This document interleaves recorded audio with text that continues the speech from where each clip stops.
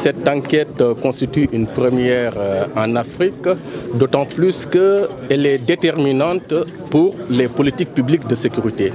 Parce que la délinquance, on ne peut pas la combattre sans pour autant la quantifier. C'est l'exercice difficile qui a été mené par SEA et NASD. Pendant 13 mois, on a travaillé sur la question qui a donné naissance à un document substantiel sur l'analyse quantitative et l'analyse qualitative de la délinquance au Sénégal. Les résultats? Les résultats sont intéressants en ce sens qu'en ce qui concerne l'atteinte aux biens, on a constaté le vol de bétail et puis le cambriolage qui est un peu important, mais ce n'est pas alarmant. D'autant plus qu'il y a des gens qui ne vont pas porter plainte, qui ne vont pas à la police ni à la justice, parce que soit ils ont peur, soit ils sont négligents. Du point de vue de l'atteinte aux personnes, il y a la violence verbale.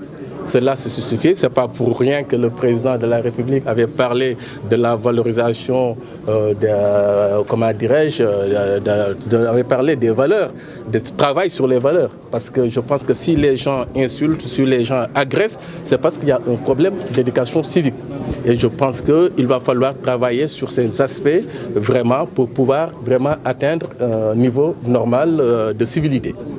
Quelle est la région où l'insécurité règne le plus au Sénégal?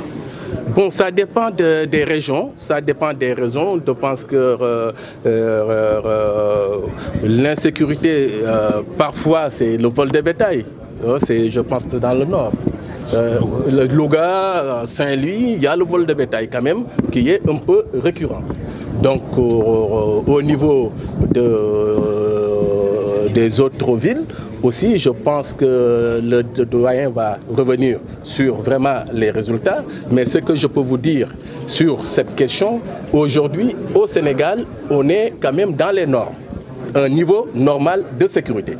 D'autant plus qu'on a souvent parlé du sentiment d'insécurité qui est développé par la rumeur, les informations, qui n'est pas déterminant pour évaluer les politiques publiques de sécurité. Parce que le sentiment d'insécurité est différent de l'insécurité réelle qui ne peut être mesurée que par rapport à la criminalité apparente, c'est-à-dire ce qui est élucidé à la police et à la gendarmerie, la criminalité légale, l'ensemble des affaires jugées par les cours et tribunaux et la criminalité réelle, c'est-à-dire l'ensemble des faits commis.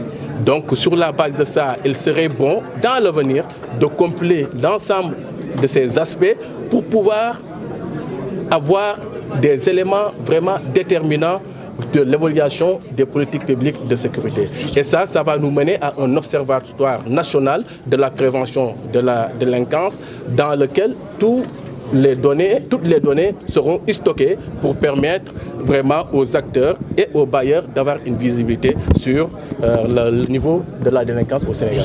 D'autant plus que ça vient de sortir, ça nous a valu 13 mois de travail sur la question, accompagné de l'SEA et de l'NASD et des enquêteurs sur le terrain, sur toute l'étendue du territoire national. Donc déjà, c'est un grand pas vers vraiment les politiques de sécurité intérieure modernes. Maintenant, ce qui reste, c'est la mise en œuvre.